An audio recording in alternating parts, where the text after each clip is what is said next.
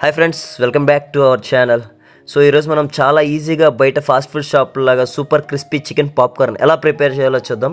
ఇది మన కిడ్స్కి ఈవినింగ్ స్నాక్స్కి పార్టీస్ కానీ పర్ఫెక్ట్ రెసిపీ అనమాట. సో ముందుగా ఏమేమి ఇంగ్రీడియంట్స్ కావాలో చూద్దాం. సో ముందుగా 2 బ్రెస్ట్ పీసెస్ తీసుకున్నాను.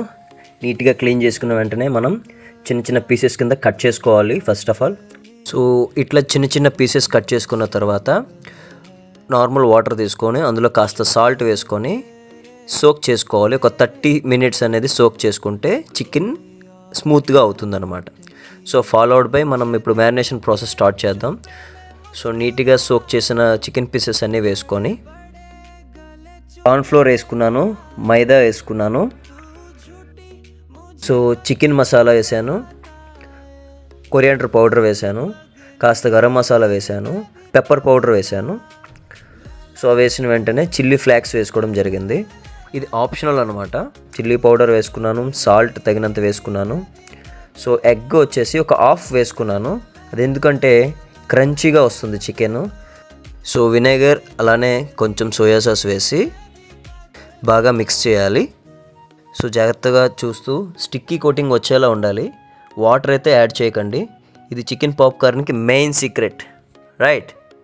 ఇట్లా బాగా కలిపిన మిశ్రమాన్ని ఒక 30 minutes మ్యారినేషన్లో ఉంచాలి.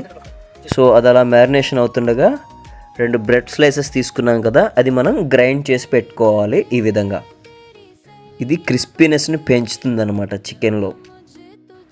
ఇప్పుడైతే కడాయి పెట్టుకున్నాను, కడాయిలో ఆయిల్ హీట్ చేస్తున్నాను.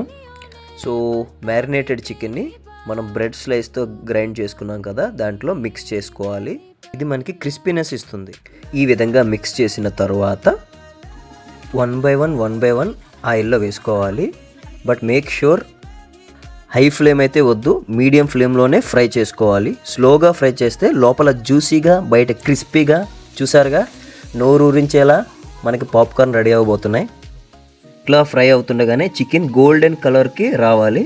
అట్లా వచ్చాక బయటికి తీసి, చూసారుగా ఇప్పుడు బయటికి తీసి ఒక 2 minutes గ్యాప్ ఇవ్వాలి.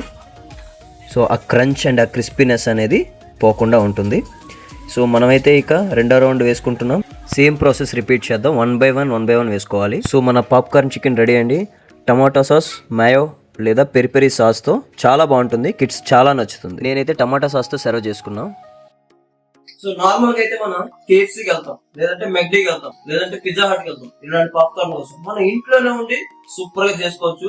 సో మీరు కూడా ట్రై చేసి నాకు చెప్పాలి. ఇంతవరకు నా వీడియో చూసి సబ్స్క్రైబ్ చేయకపోతే ప్లీజ్ సబ్స్క్రైబ్ చేయండి, లైక్ చేయండి, షేర్ చేయండి, వీలైతే కామెంట్ పెట్టండి, రైట్? సో మీరు నన్ను ఎంకరేజ్ చేస్తున్నారంటేనే నేను ఇంకా మరిన్ని వీడియోస్ మీ ముందుకు రాగలుగుతాను. Until then, good night.